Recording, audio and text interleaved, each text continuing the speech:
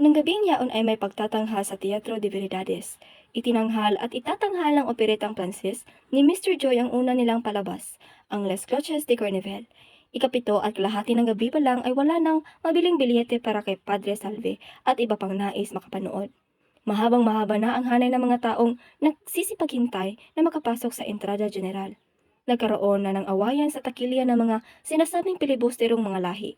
Ngunit, ang mga iyo hindi pa rin nakapaglabas ng mga bilyete, kaya't nang kulang na lang ng 15 minuto sa ikawalo ay malaki ng halaga ang inaalok sa upuan.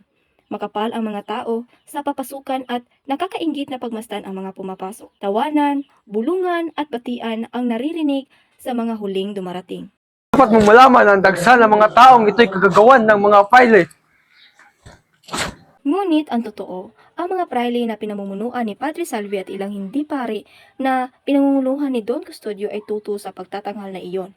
Pinariringgan ni Don Custodio si Benzaib ng tungkol sa kalinisan ng budhi, pananampalataya, mabuting asal at iba pa. Ngunit ang ating mga dulang senete ay may mga salita't pangungusap na dalawa ang kahulugan. Sa wikang Kastila naman, mga kahalayan sa salitang Pranses. Tao kayo, Binzaib, alang-alang sa Diyos. Hindi dapat yan. Habang naglalakad si Cameron Cosido, napansin niya ang pagdating ng ilang mukha na di kilala.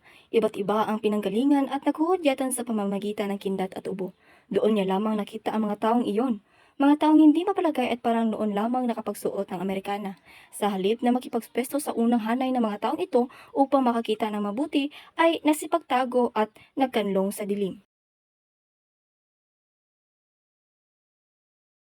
Mga investigador kaya o magnanakaw. Ang hudyat ay isang putok. Opo.